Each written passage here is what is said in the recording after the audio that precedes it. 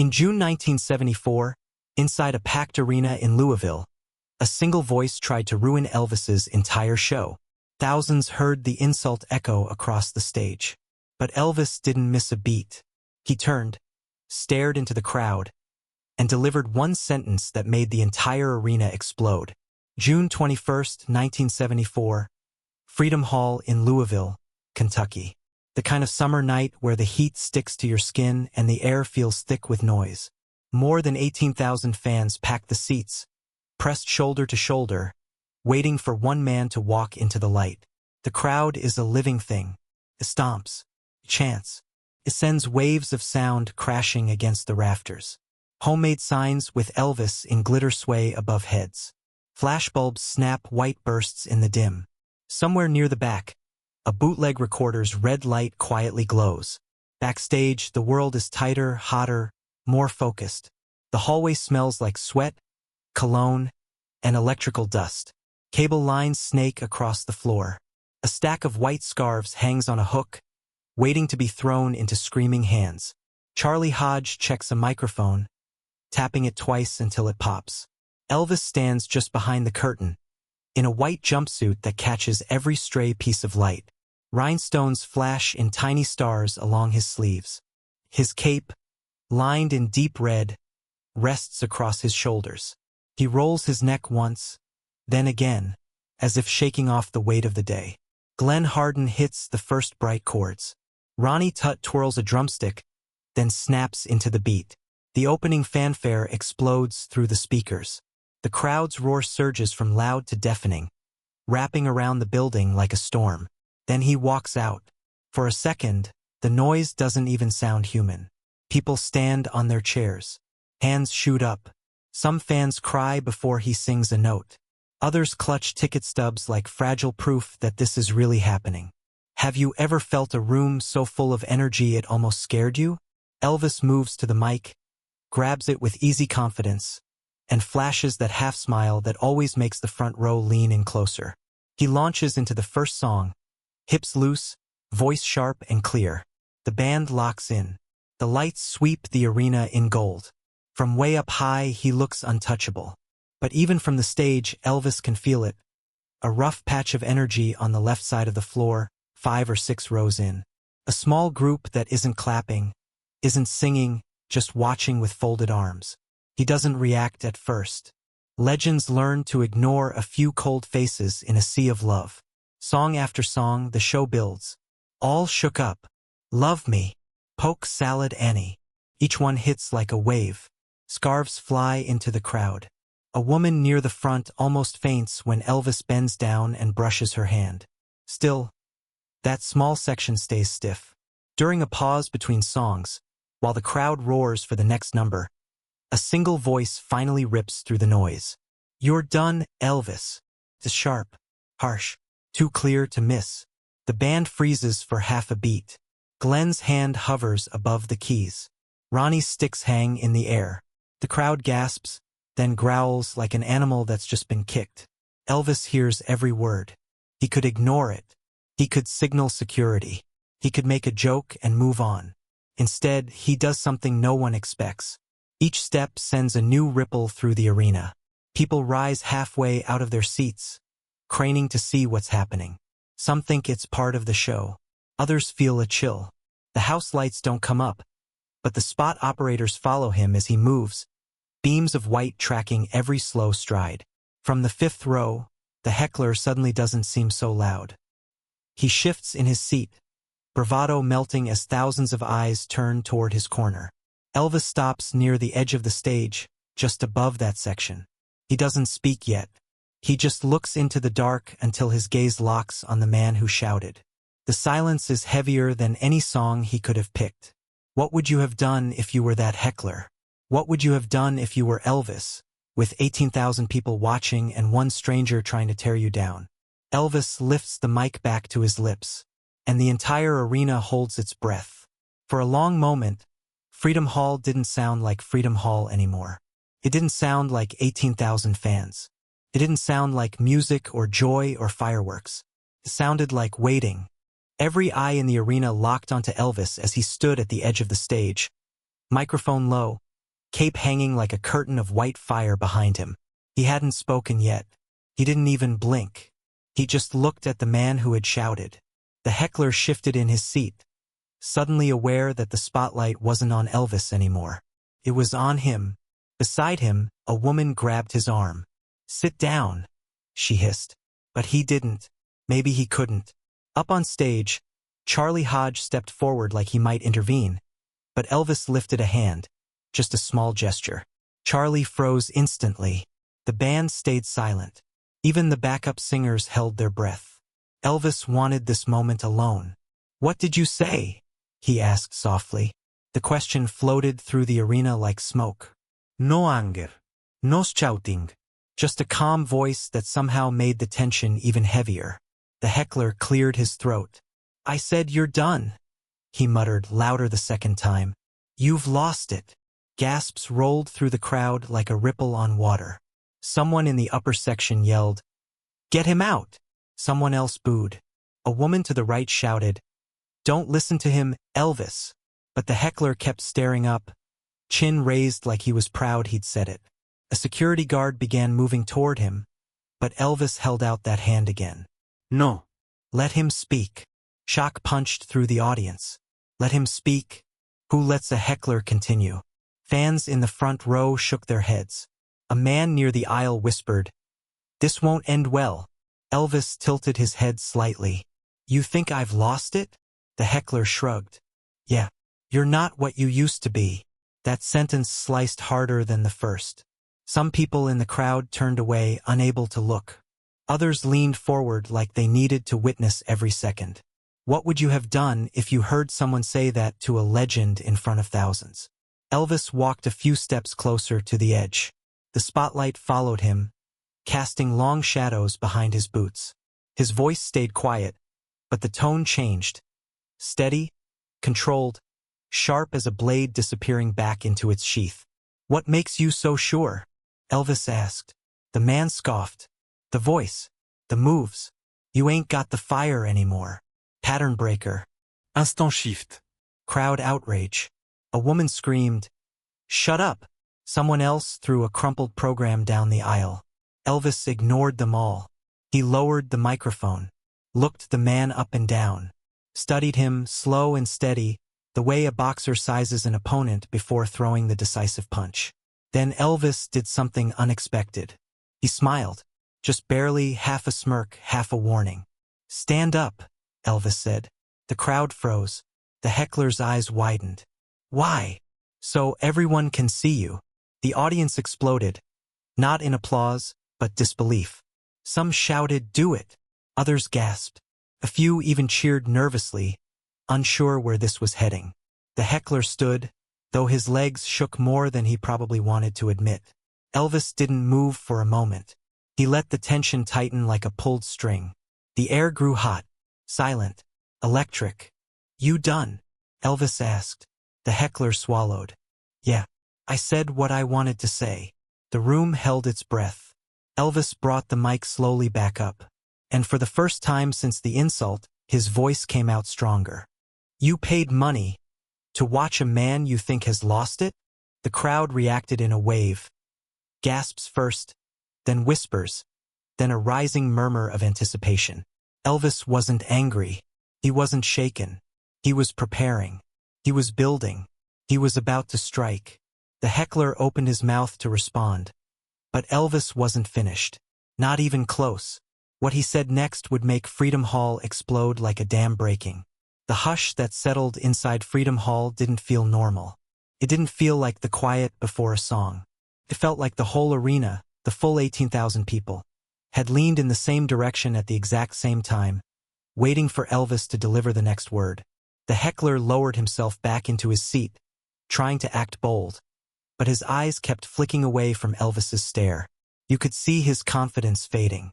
You could feel the crowd's fury burning toward him like heat from a furnace. Elvis didn't break eye contact, didn't blink, didn't step back. He stood at the very edge of the stage, cape falling behind him like the wings of a lion about to make its move. "You paid money," Elvis repeated, "to sit in the dark and insult a man who's given you everything he's got?" Murmurs swept through the arena. Heads shook in disbelief. A woman in the front row pressed her hand to her chest and whispered, "Lord have mercy." But the heckler tried to regain footing. "People have opinions," he muttered, voice wavering. "It's a free country." Elvis nodded. "You're right. It is a free country." He paused. Let the crowd breathe. Let the tension stretch. Then he leaned slightly toward the man.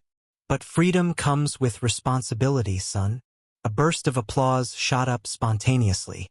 Elvis lifted one hand to settle them, keeping the moment contained and razor-sharp. He wasn't here to yell. He wasn't here to embarrass anyone. He was here to hold the line. "What makes you think I owe you anything besides the show you came to see?" Elvis asked. The heckler frowned. "Because you used to be great." A gasp, loud, sharp, sliced across the entire arena. "Used to be?"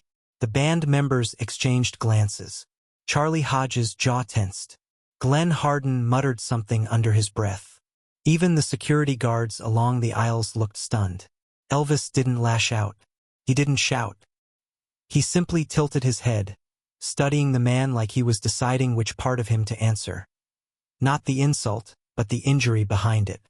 "What changed for you?" Elvis asked. "What made you stop believin'?" The heckler hesitated. Bluster drained away. He looked down at his hands. "People change," he mumbled. Elvis nodded again. "That's true." He let his voice soften for the first time. "People do change." Then he raised the microphone. "But let me tell you something. The entire arena fell silent. Fans sat so still you could hear the air conditioners humming.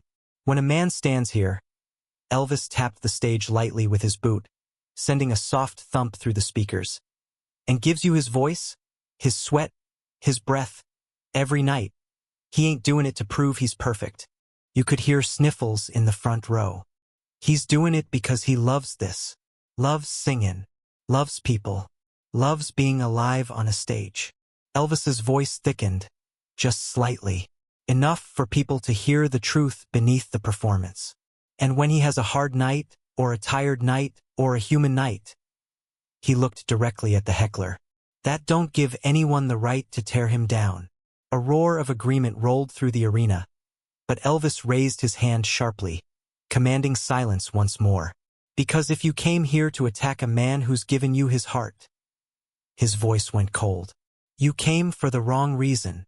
The crowd erupted again, louder this time, but Elvis wasn't done. He stepped even closer to the audience, so close he could have reached down and touched the railing. "Now tell me," he said, "if you think I've lost it, why are you still here?" The heckler opened his mouth, but nothing came out. His face reddened under the lights. People near him began murmuring, shifting away, embarrassed for him. Elvis lifted his chin, one eyebrow raised. "You ain't got an answer, do you?" Silence. The man's shoulders slumped. His courage evaporated. The crowd turned on him, not violently, but with crushing disappointment. And Elvis watched him fold, not out of cruelty, but out of principle. It was the moment before the strike, the second before thunder. A tension so thick it felt like the whole arena was holding its breath. Because everyone knew Elvis hadn't delivered the sentence yet, the one that would make the entire arena explode. Freedom Hall felt like the inside of a thundercloud, silent, swollen with energy, waiting for the lightning strike.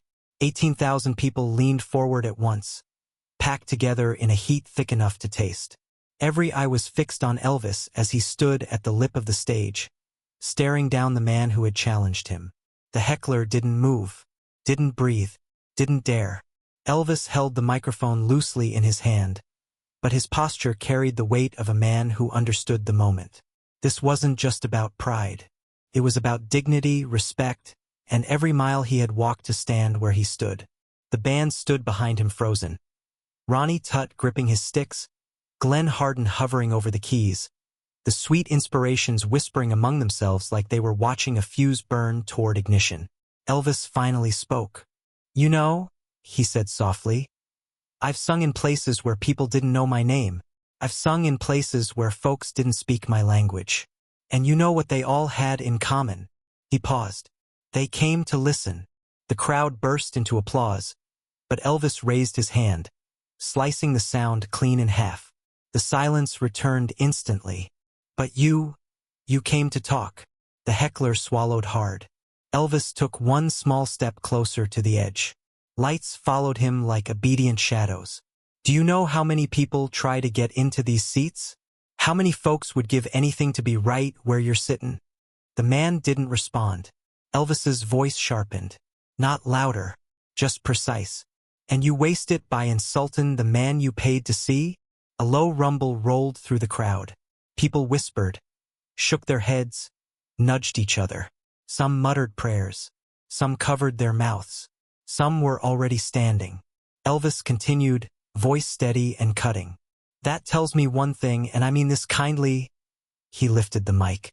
And then came the sentence. The one fans still quote. The one that fans in Louisville swear shook the rafters. The one that scattered the heckler's confidence like dust. If you think I've lost it, son, the only thing you've lost is your seat, because you're going to be standing the rest of the night apologizing to these fine people. Freedom Hall exploded. It wasn't applause. It wasn't cheering. It was an eruption, like 18,000 people had been holding their breath for minutes and finally let it out in one staggering roar. People jumped to their feet. Programs flew into the air. A woman fainted in the third row. Ronnie Tutt slammed the snare in excitement. Glenn Harden laughed into the piano keys. The heckler froze, eyes wide, face pale, plastered into his seat as if gravity itself pinned him down. Elvis didn't smirk. He didn't gloat. He simply nodded once as if to say, that's enough now. Security moved toward the man, not to drag him out but to give him a choice. The heckler slowly rose, shame burning red across his cheeks. People around him pointed. Some clapped in his face. Others simply shook their heads. Elvis looked out over the crowd, waited for the roar to settle, then lifted his mic. Now, he said calmly. Let's get back to doing what we came here to do. The band erupted into the next song. Horns blaring, drums pounding, and Elvis turned back toward center stage with new fire in his stride. The heckler sat down slowly, head lowered, swallowed by the noise. The king had spoken, but Elvis wasn't finished transforming the night. The explosion of applause didn't fade. It rolled like a wave across Freedom Hall, crashing again and again as Elvis walked back toward the center of the stage. You could feel the arena rising with him, lifting him, feeding him. Moments earlier, everything had teetered on a knife's edge. Now the crowd was united, pulsing with pride, protective energy, and love. Elvis adjusted his cape, lifted the mic, and nodded to the band. Let's do it, he said, and the music hit like thunder. Ronnie Tutt launched into a blistering drum fill. Glenn Harden's fingers danced across the piano. The sweet inspirations leaned into their harmonies, voices soaring. Elvis stepped into the spotlight with new heat, like the insult had sparked something inside him that had been sleeping. He sang with force, with clarity, with purpose. The tremble the crowd heard earlier was gone. Every line came out powerful, steady, full. During the next number, something beautiful happened. The crowd didn't just cheer, they participated. They clapped in rhythm. They shouted his name between verses. They sang back small phrases in unison, filling the hall with a warmth you could almost feel on your skin. Halfway through the song, a young girl in the front row, a teenager with bright eyes and shaking hands, reached toward the stage holding something. A white scarf with a note pinned to it. Elvis spotted it, stopped singing for a split second. Knees bent, he reached down and took the scarf from her trembling fingers. The arena roared. He unpinned the note and read it quickly. The words were simple. For when people forget how great you are. A hush swept the floor. Even the musicians slowed, sensing the shift in energy. Elvis pressed the scarf to his chest. Then he looked at the girl and mouthed, "Thank you." It wasn't a showman's thank you. It was a human thank you. He tucked the scarf into his belt and, before the crowd could fully process it, walked to the edge of the stage again. Charlie raised his brows, unsure what Elvis intended. But this time, Elvis wasn't going toward anger or confrontation. He was going toward Grace. "Folks," he said into the mic, "sometimes you run into someone having a bad night. Sometimes that someone happens to be loud." A ripple of laughter rolled through the room. "But we don't know what he's carrying. We don't know what he's living with." The heckler looked up, startled. Elvis continued, voice softer now. "So we're gonna do what music is supposed to help us do. And that's forgive." The crowd murmured. Not confusion, admiration. He scanned the audience. "And if our friend down there wants to stay, he can stay. Everybody has bad moments." People turned toward the heckler, no longer glaring, just watching, waiting to see what he'd do. "You all right, son?" Elvis asked. The man nodded slowly, humbled. "I'm sorry," he said, voice cracking slightly. Elvis smiled gently. "That's all you had to say." The applause that followed wasn't explosive like before. It was warm, healing, human. Elvis stepped back, lifted the scarf again, and signaled the band. "Let's do one for all of us tonight." The music kicked in, and the energy inside Freedom Hall transformed. Anger turned to unity. Tension turned to celebration. Division turned to one giant shared heartbeat. It was no longer a show. It was a moment, and Elvis was about to create a legacy without even realizing it. Decades later, the moment in Louisville became legend. Not just for the sentence that silenced a heckler, but for the way Elvis transformed tension into something remarkable. Patty Perry, in later interviews, described it as the night she saw the king as more than a performer. She saw the man. A bootleg tape, quietly circulated among collectors, captured the exchange. The sharp words, the hush, the eruption of applause. It all survived. Fans listened, shared, and whispered about it for years. Some said it was the perfect example of Elvis's wit. Others said it revealed a rare human tenderness hidden beneath the jumpsuit and rhinestones. Newspaper clippings from the Time show headlines like, "Elvis handles heckler with grace," "Freedom Hall witnesses a king's tempered fury," and "Louisville show sparks legendary moment." A diary entry later surfaced from a fan named Maria, written in the small hours after the concert. "I've never seen anyone so calm and fierce at once. He didn't just answer. He taught a lesson." Patty kept her own mementos from that night. The scarf a fan had handed Elvis, the set list he signed for backstage crew, even a small program stub with a note on the back about crowd energy. Every artifact was a reminder of how the moment transformed both stage and audience. The heckler himself, decades later, admitted in a quiet interview, "I thought I could get a rise out of him. I didn't know I was stepping into a masterclass on respect." He had spent a lifetime replaying the embarrassment, but also the lesson. Not everyone walks away knowing the power of words. The restraint, the timing, the precision of a man who had given thousands of nights to fans and yet demanded dignity for himself. The fan club placed a small plaque near Freedom Hall years later, commemorating the night. It didn't name the heckler. It didn't need to.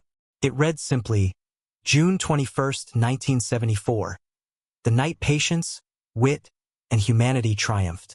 Elvis's bandmates, crew, and friends still told the story in whispers during reunions, almost like a secret treasure only they were privileged to know. Charlie Hodge would mention it in interviews. Elvis had a way of seeing people. He could disarm a room with one sentence, not to humiliate, but to teach, to remind. Even now, collectors argue over which bootleg captures the perfect moment. Some fans recreate it for modern audiences, analyzing every pause, every inflection, every calculated beat that led to the eruption.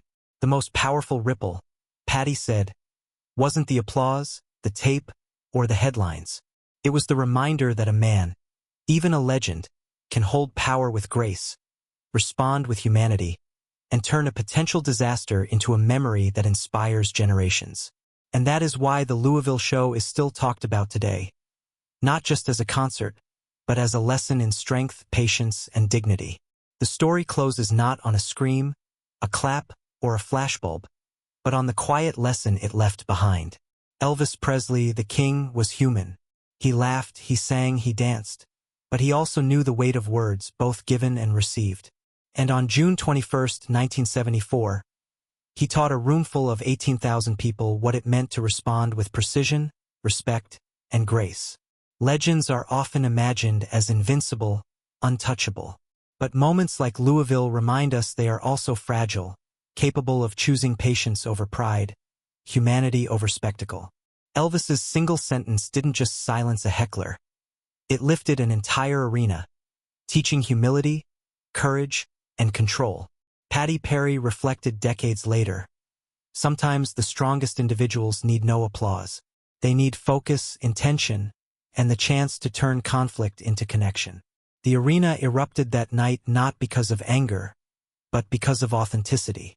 Fans still recall the moment with awe, whispering it to each other as if it were a sacred secret shared across generations. The moral lands softly. Strength isn't measured in volume or bravado. It is measured in the ability to respond with clarity, calm, and dignity, even under immense pressure. Elvis could have yelled, he could have stormed off. Instead, he chose grace. And in that choice, he became bigger than any spotlight or stage, bigger than any insult, bigger than the fear of imperfection. And that's why Freedom Hall still remembers June 21st, 1974. Not just as a concert, but as a night when a legend revealed the human behind the music, and why fans, for decades after, replay that moment to remind themselves what real strength looks like. If the story of courage, grace, and quick thinking moved you, share it with someone who loves the human side of legends. Were you there that night? Or have you ever witnessed a moment that left a crowd speechless? Comment below with your memory, and don't miss the next story that reveals the man behind the music.